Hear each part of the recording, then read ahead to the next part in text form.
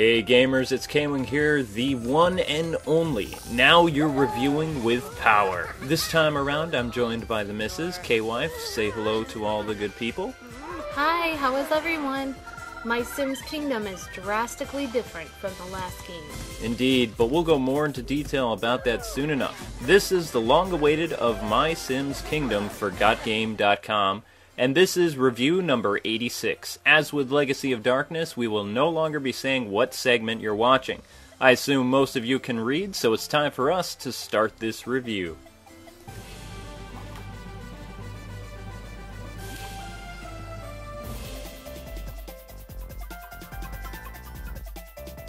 Once upon a time, there was a great kingdom that covered the entire world.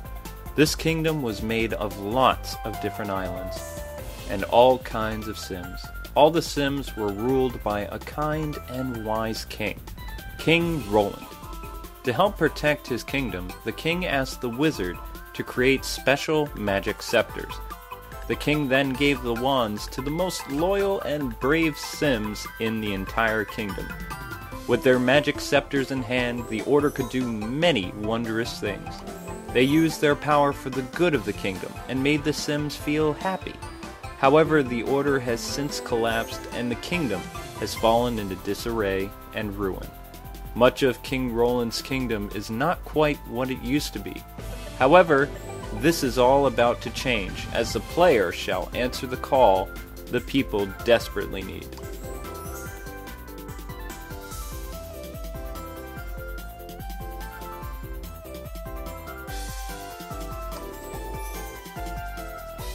Just like with every other sim game, first you have to create your own sim.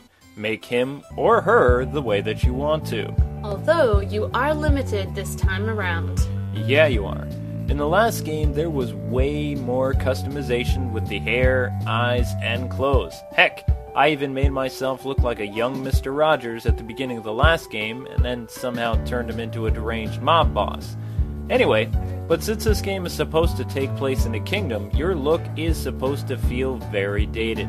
Hey, your sim looks like a Johnny Depp pirate. I never noticed that before. Anyway, after putting your sim together, select the type of voice for your sim. Since Sims didn't have phones back then, they must communicate by reading aloud in public on a scroll. So it's like your sim is talking to himself? Yes. No! You can also edit this later, but you can't rename your sim at all. With this, a movie will play and the game really begins. Well, it sure doesn't end. Oh, I don't get that. What's with a close-up of Buddy just then? He is cute and a nice character, but talk about a random opening. Hey, Buddy! After the Buddy intro, you meet your sim and discover that you're nothing more than a mere lowly lower-class pig farmer. So this game is more of a rags to riches type of story then? I suppose it is. Anyway, once completing some minor task, your sim enters a contest that is being held by the good King Roland, and if you win, you'll become the new Wandelier for the kingdom. Still, second place wins you a toaster in your face! Wow, that was random.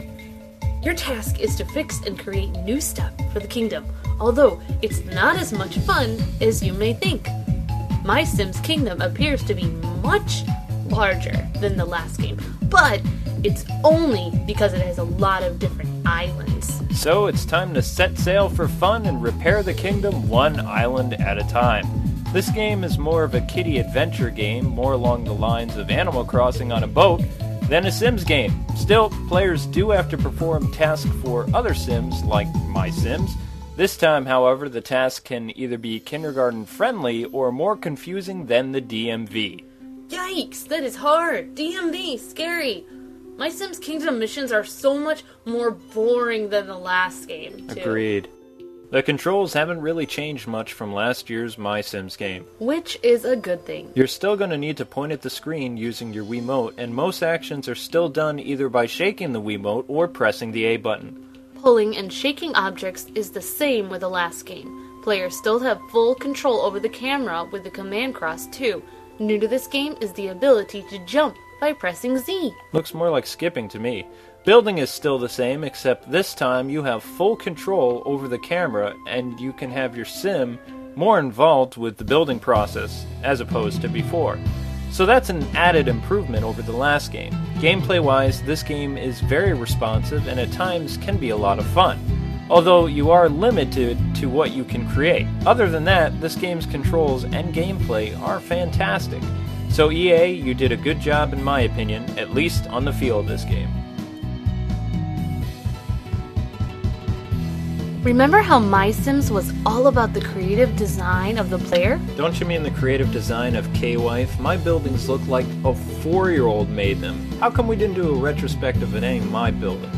Let's move on, shall we? Talk about hitting a guy when he's down. Quit moping around, Mr. Stormcloud. MySims Kingdom does have some great level design for those of you creatively challenged. First on the list is the Forest of the Elves. We picked this because of... Mainly Lord of the Rings and Zelda. Really? Is that all? No, the detail on this stage is great, plus you like unicorns. Next is Rocket Reef.